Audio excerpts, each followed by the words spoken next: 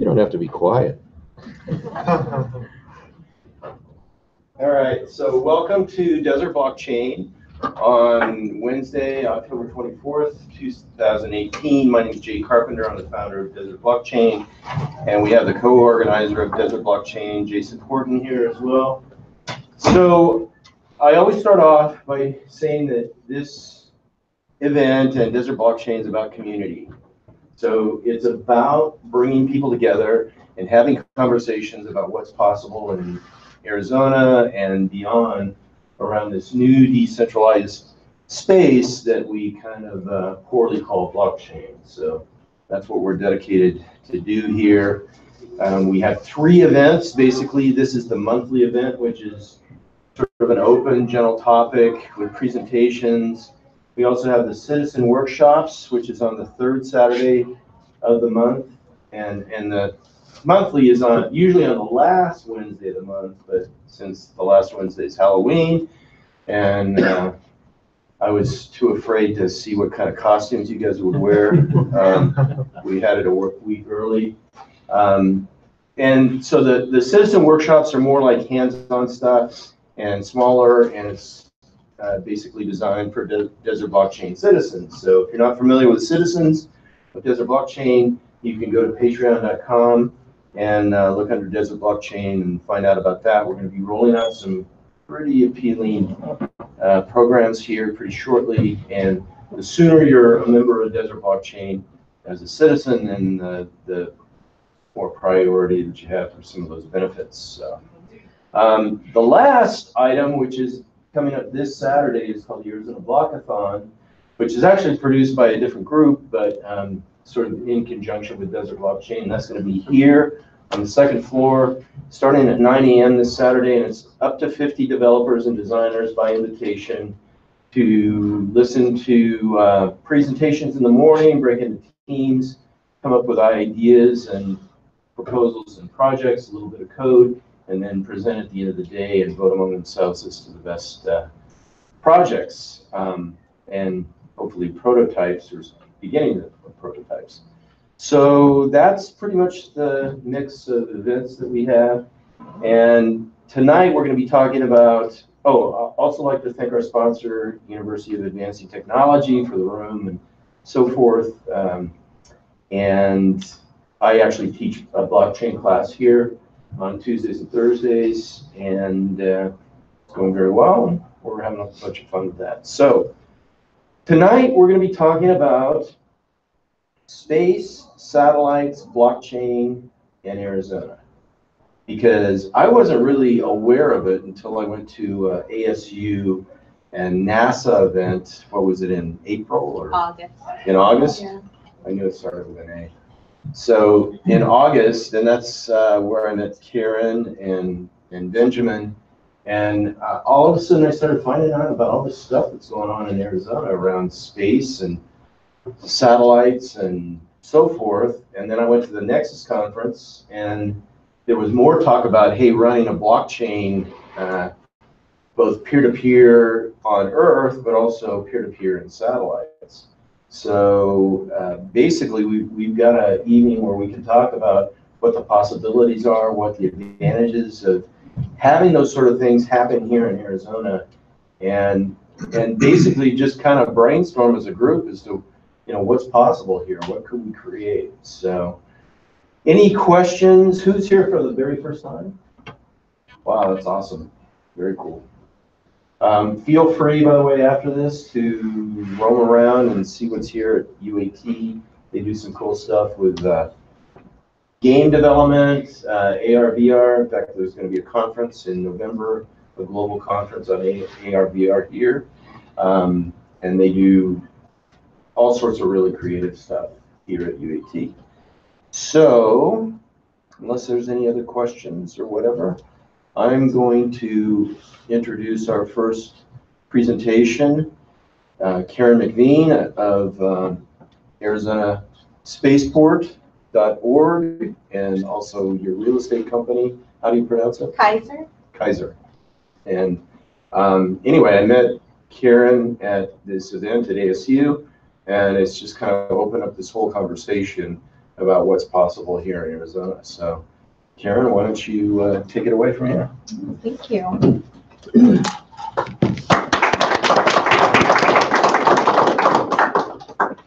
As Jay mentioned, I'm Karen McBean. I am the Aerospace Practice Group Leader at Kaiser, as well as co-founder of Arizona Spaceport Alliance.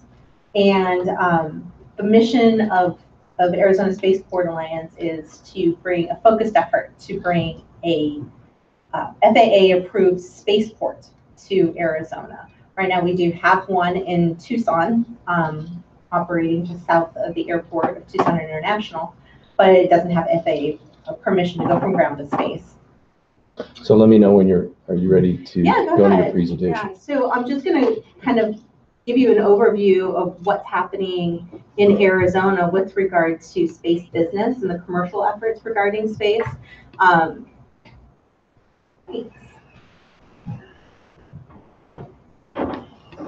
There we go. Okay, so we always say the business of space. Since NASA has decided to take a backseat to... You can just press the up and down key on that to go to advance and so forth. There you go. Okay. So NASA, of course, and DARPA, in the military have been the drivers in terms of space and space exploration in the United States for quite some time. And the new administration is now hoping that the commercial effort will fill in what NASA used to do to go from ground to space. NASA has decided to really focus on doing more projects on the moon itself, the moon base, and then kind of developing life support systems that can support humans outside of the moon and going, say, to like a mission to Mars. And so that leaves that gap to have companies come in and fill the launch services and the supply chain services with regard to space travel. So here in Arizona, we actually have a very healthy aerospace sector. We have a lot of manufacturing when it comes to space, and then of course the defense element with Raytheon and Honeywell and those big players.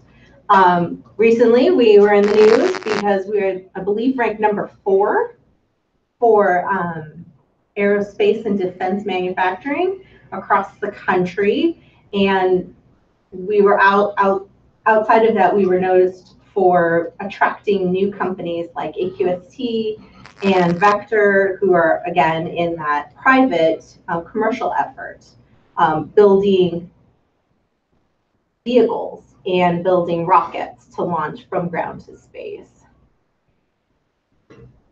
Recently, also in southern Arizona, U of A went ahead and commissioned a report from Deloitte to really outline the feasibility of having a healthy space ecosystem here. And Deloitte confirmed that we have the capability, we have the right environment, the right business environment to support a healthy space ecosystem and a space supply chain as well. So some of those sectors that kind of fall within that are going to be like space situational awareness and space traffic management. Arizona leads the way in terms of research and development with regard to that area. Then Arizona also leads in the metals and mining. So if you heard about like asteroid mining and resources that they find outside of Earth's atmosphere, Arizona apparently has the most robust system and the most robust research being done here in order to make that a reality. Outside of that, though, you really are talking about launch services and the actual vehicle manufacturing that needs to happen in order to achieve a really healthy space ecosystem, space business ecosystem. So this is an example of a global effort. So Rocket Labs is a company out of New Zealand, and they've done their fair share of test launching and putting satellites into space. And so they'll be doing their first commercial launch here in November, where they'll now be charging people to take a small 56-foot rocket and then put something like a CubeSat into space. So we're excited for that. They've decided to have a U.S. presence. They picked Wallops in Virginia, but hopefully with news like this from Space Angels, we'll start to see more spaceports themselves being developed outside of California and Florida. So our goal is to make sure that the world knows that Arizona actually has a great environment for a spaceport. Vector is featured in this article. Vector is a company out of Tucson. And Jim Cantrell is the leader there at Vector. And he started on with Elon Musk's group at SpaceX, and then decided to try to start something with a more, instead of that expensive, $50 million huge Falcon 9 type sort of rocket, something scalable and small, very batten down the hatches, very tight in terms of its manufacturing and its footprint, and really service the small payload sector that needs to get from ground to space and put their CubeSats into orbit. So that's kind of a little bit of an overview of what's going on in Arizona. We have all sorts of companies, though, still going after NASA contracts. PADT was just awarded a nice contract from NASA in order to help with research there. We've got AlphaCore was awarded a grant in order to research some, I think that was power, it was more battery related information, but Arizona definitely has its fair share of companies that are able to supply that space business that's emerging right now. So let's open it up to questions. I have some questions, but others might. Go ahead, Marjan. Hi. What is your criteria to call it like the healthy business and like? That's a good question. How about in the black and doors open at this point? We've got a lot of companies that are kind of launching in startup and utilizing angel funding and Series A, and just making sure that they get past their 5-year mark and their doors are still open and they're still producing and they're still filling their orders and everything like that. That's going to be somebody who'd be a nice, healthy example of a good company that will probably have longevity. Will you? Did you have a? Oh, yeah. Go ahead, Scott. You mentioned earlier that the Tucson port, I guess, is an FAA approved. Are there any roadblocks that would, similar roadblocks for Phoenix compared to Tucson? Well, so Tucson Spaceport hasn't applied, right? So the operator is Worldview, which is another amazing company. That's more of a, well, their model to get from the ground to space is going to be more for tourism. The whole point is to put people into this capsule that goes to the edge of space, past the Kármán line. You get a view of the world and then you get to come on down. However, in order for them to kind of keep in the black and stay healthy, they really need to utilize some of these contracts that they're getting from the U.S. government to do Earth observation.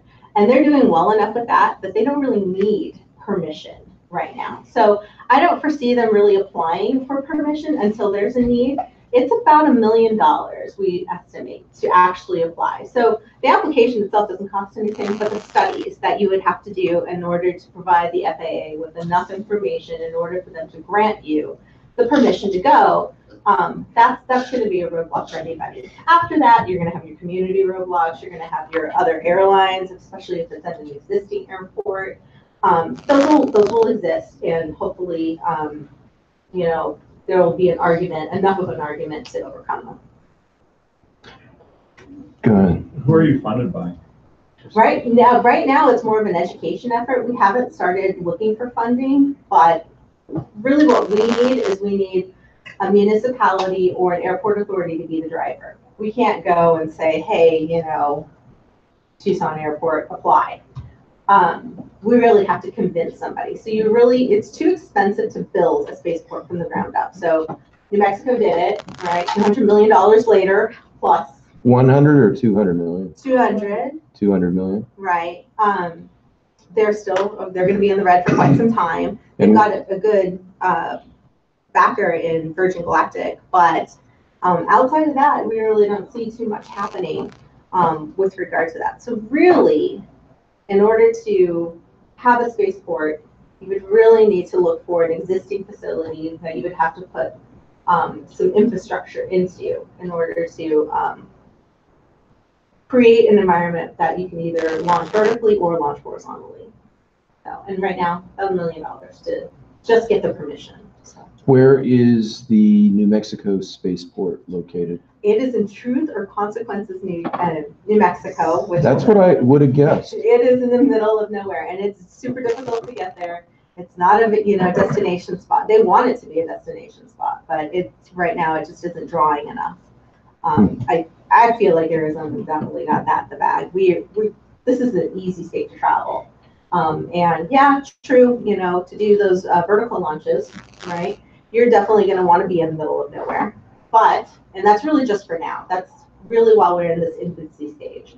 But those horizontal launches are going to be like airplanes taking off and landing. So, once they get to the point where they're able to go and support life out at the boundary of space, we should be fine for having that at like Phoenix Mesa Gateway or something.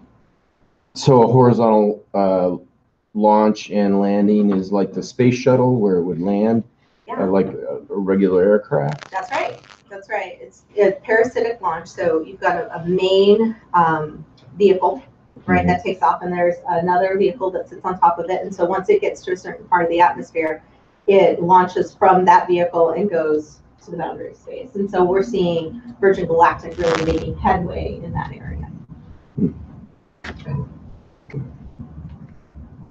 Okay, I'll do this one first. All right. Not sure I got it clearly. Have you reached out to municipalities or different counties? We have traveled the state. So my co-founder is here with me. We're in the car often. We have traveled from the north part of the state to the south part of the state. Anybody who's willing to talk about the idea, and then after that, go ahead and really start to make some headway toward that idea, we're willing to go and chat with them. Gotcha. And which municipalities have been more favorable? Cochise County was pretty interested in it for a little while there. They've got some issues with the Mexican border, right? So anytime you're launching any sort of projectile, it's going to be viewed as a weapon. And so now you have to talk to the country of Mexico about launching over their airspace. So there's a little bit of a hurdle there. I don't think it can't be overcome because we do have mega region agreements. But, that's, again, they have to have the energy in order to have that conversation. Yuma right now is the municipality that's most interested. I believe they are really making their way toward their first study, paying for it themselves and trying to determine whether or not the market will support Yuma Spaceport. They made themselves known at that NASA convention that we met at. There are always going to be hurdles, but if you're on the edge of, say, like the Yuma Proving Grounds or something like that, that's kind of, perfect debris field. It's already being utilized in a similar capacity. So after that, they really have to attack their airspace because they do have a giant core base right there. Yeah. So it sounds like between the jurisdictional issues, some of the logistics and liability, it sounds like there might be some legal problems associated with this. How have you reached out to legal community here and elsewhere to try to get people, or have you? I'm sorry, say that one more time. How have you reached out to the legal community here? Oh, the legal community. In Phoenix, who I know have members who are interested in this. No, yeah, well, that is definitely going to be an issue that will have to be addressed. There'll have to be state legislation. That's what we saw. We watched Colorado. So Colorado recently got its spaceport license for Front Range, which is near Denver, right? And it's actually near Denver International Airport as well. We watched their hurdles. We watched their process. We watched how much money they spent. And it was a great template for what to do and what not to do. And we've reached out to Houston. They have a spaceport at Ellington Field.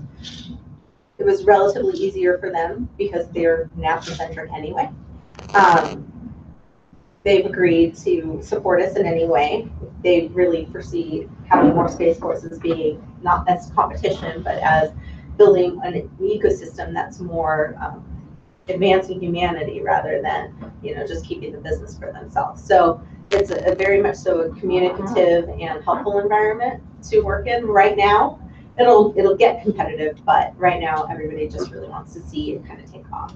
So in terms of the legal aspects, it's definitely one of the bridges that'll have to be crossed. So right now it's really more so of an economic development driver, having that fun conversation before we start getting in the weeds with the legal aspects. So if folks don't know, this is AJ. He's a third-year law student at Sandra Day O'Connor College of Law at ASU, and very active in the blockchain community. And there's a real momentum that's building within the ASU Law School, thanks to AJ and Professor Gary Marchant, around the legal issues in blockchain as well as other related issues, artificial intelligence. They have this global conference called the Governance in Emerging Technology and Science each year, which involves, I think, like 150, 200 people from all over the world that participate in that. So I think this would be a great topic to bring up at they call it the GETS conference.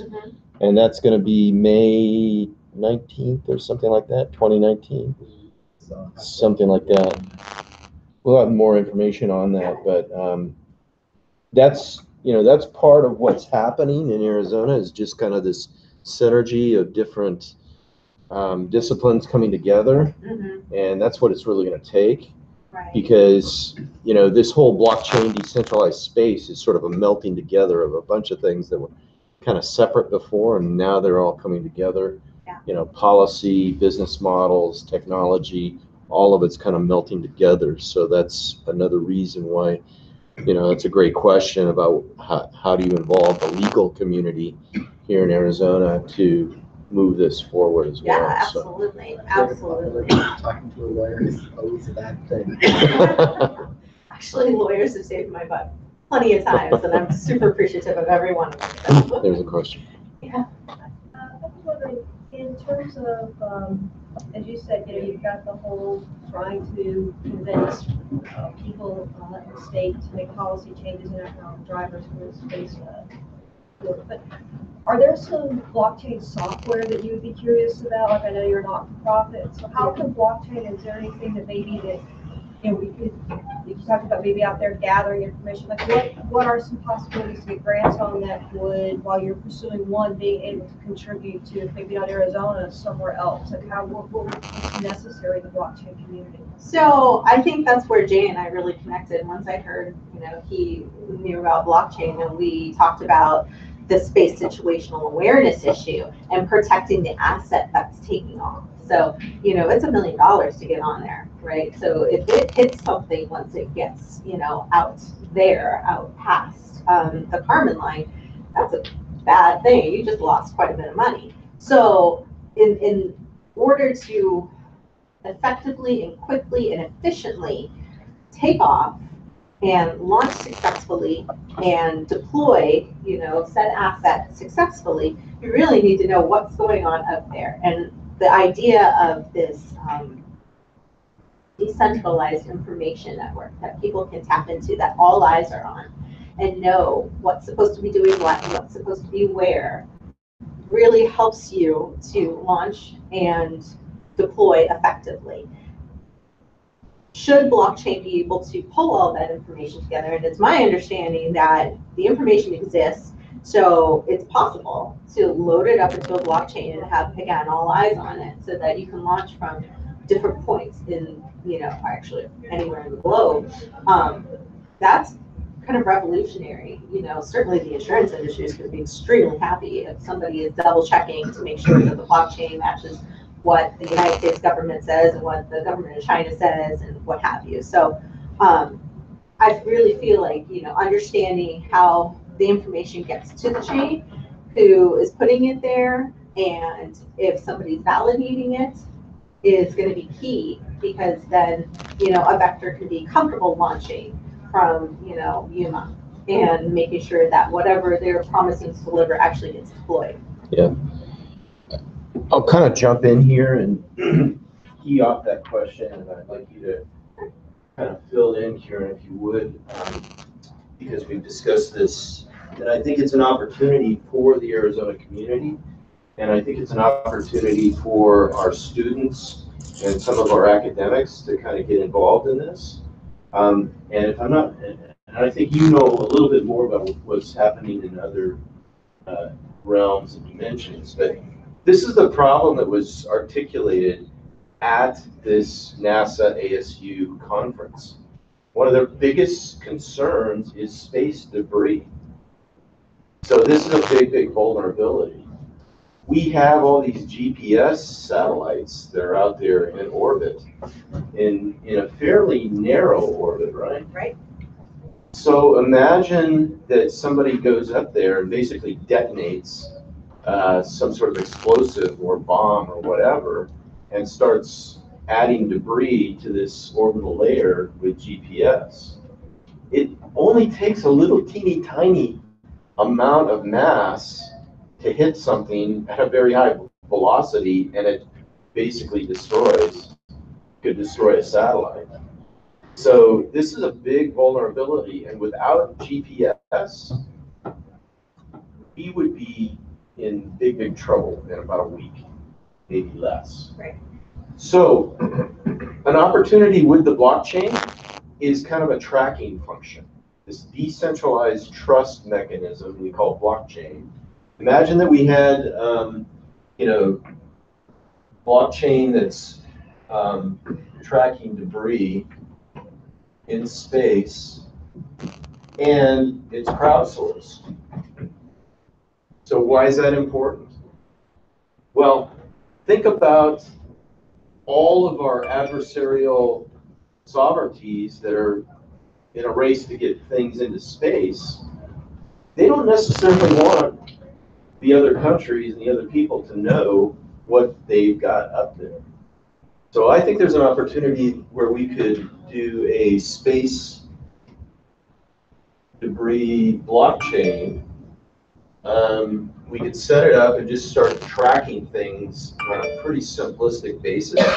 There's something called AMSAT, these amateur satellites that go up and they only communicate in a very low bandwidth. We could start tracking that and then expand it out from there. But basically have people that are not only registering devices that they detect on this blockchain, but we could also start putting up bounties, some sort of rewards, like a cryptocurrency, where if you find something out of the crowd, you get some sort of a reward. And it might be like an insurance pool that the people that are launching these $1 million plus satellites would contribute to in order to pay out these bounties. Yeah, and keep more eyes active on the sky to make sure that we know what's happening out there. Yeah. So that might pick up a China or US satellite that was launched, and they're not sharing where it is in orbit for national security reasons. Right. But somebody might find it and post it. Exactly. Yeah. I mean, I don't know what kind of resistance there might be to that, but think about it. We got stuff flying over our heads that we may or may not know about. That's right. And it's just going to grow. Well, we mentioned at that one conference about the cube satellites in low Earth orbit being something that we're looking to even expand on, right? And make dedicated networks using those. You're only going to add clutter. Exactly. That's exactly right. So, AJ. And maybe just to add on to this idea, I know we were just talking about national security and proprietary technology. I can imagine that a lot of governments aren't going to want to share with the other governments the world, what satellites they have where and what they've done. But adding on to your idea of using blockchain, I know one of the big benefits of blockchain is that it allows users of the blockchain to be anonymous. Sure. Perhaps that could be a way to get everyone to start talking to each other by saying, you don't need to tell us who you are. You just need to say, hey, there's a satellite up here. it belongs to somebody, don't run into it, please. Right. Yep. Yep. And, you know, we have at least one person with us this evening that's, I consider to be an expert in zero knowledge proofs, that, you know, where we could start exploring that. And that's zero knowledge proofs, and anonymity is one of the cutting edges of blockchain. So, yeah. I was thinking too, because I used to work with LSAT when they had their, when they were owned by all the countries and before they were profit. But even then, you're talking about, you're talking about national security, so everybody's military, including ours, is going to be, you know, they want you to see something up there. But I would think they're going to have to on some level, because as you said, the assets are so expensive. And I think that nobody wants to lose that asset. Nobody, you know, I would think there's got to be something, especially if it's anonymous, that has got to come into play as a tracking system up there. As you said, it's catastrophic for everybody if something bumps into it. So it's going to be definitely an interesting. Yeah. Actually, there's already been at least 2 known space collisions that have been Really? catastrophic. If anyone's familiar with a company called Iridium, they're actually based in Tempe. I used to work for them. When I worked for them, we actually lost a satellite. We ran into there's some debate on what it was, but it was an old Russian satellite, and they collided over the North Pole. And Iridium was instantaneously taken offline on that particular satellite. It also caused a cloud of debris, which, if you've ever, in the orbital analysis realm, there's a doomsday scenario which begins with the collision of 2 satellites. Wow. And it's begun. So the debris is out there, the cloud's big. And like Jay said before, it doesn't take a whole lot of, I think they may still have it in the Smithsonian, but there's a space shuttle window that was hit with a fleck of paint, and it cratered it about the size of a quarter. That's right. Wow. And it all has to do with mass and velocity, mass times acceleration. Are insurance companies insuring satellites? Insurance companies do insure satellites. They would have a vested The interest. premiums are quite high. Yeah. And That's right. they insure launches as well, That's right. and the premiums. So let's transition over to Phil Swayze, who's with Nexus, who's going to talk about this. But before we do that, I want to add another dimension in the whole blockchain and decentralized realm, anonymity, cryptocurrency, that I think could be an interesting play in this, and it's called prediction markets. So what's that? It's basically a betting market. So imagine that there was a betting market that was available pretty much for anybody to participate in, just like sports betting, where the bet could be, will there be a satellite collision in the month of November 2018? And as information hits the market, the price in that betting market is going to go up and down. So not only does that provide financial incentive for people to start to track the orbits and the vectors of satellites, but it also provides a market for information to come forth from adversaries. So imagine we're all working for, let's say, a government that's interested in taking out another government's satellite system. With a prediction market, we all have incentive. If we know there's going to be some sort of design collision, we have incentive to go in and bet on that market and raise the price. And that becomes like a signal that all of a sudden alerts everybody else, hey, something's going on. So this is a new vehicle. It's not really that new, but it's a vehicle that could be applied to cybersecurity, to orbital satellites, to governance, decision-making, and so forth. And I think we could apply it in this realm of satellite tracking and possible covert activities to defeat the satellite network. So I'm going to leave it at that. Anything else you'd like to say, Karen, before we switch over to that? Nope. All right, great. Well, let me introduce. Great. Let me introduce our next presenter, Phil Swayze, with Nexus. And Nexus, if you don't know, is a really cool story here in Arizona, where the father or the son of Jim Cantrell, who's the founder of Vector, the satellite company, microsatellite, Colin Cantrell, a few years ago, started Nexus. He basically forked the Bitcoin blockchain, right, and built his own blockchain with, awesome ideas and so forth on how to deploy it. And I mean, it was like no more than 2 years ago, he was presenting in a pizza shop, Classic Crust Pizza, and the market cap of Nexus was around, I don't know, 300,000-400,000, and now it's up to about 40-50 million, and it's been even higher than that. And so anyway, we're really fortunate to have Phil Swayze with us, who's going to talk about what Nexus is up to with their satellite program, microsatellite program. So, Phil Swayze, all right? Thanks. And I'll pull I'm up. just gonna talk a little bit. Nexus has got a goal to create a mesh network of satellites in space to provide the vehicle for making blockchain transactions, as well as provide internet communications anywhere in the world. Well, not anywhere in the world, but from a mesh network, the satellites would downlink to the ground, and then you connect to the mesh network and be able to backhaul the traffic that way. Our first satellite is scheduled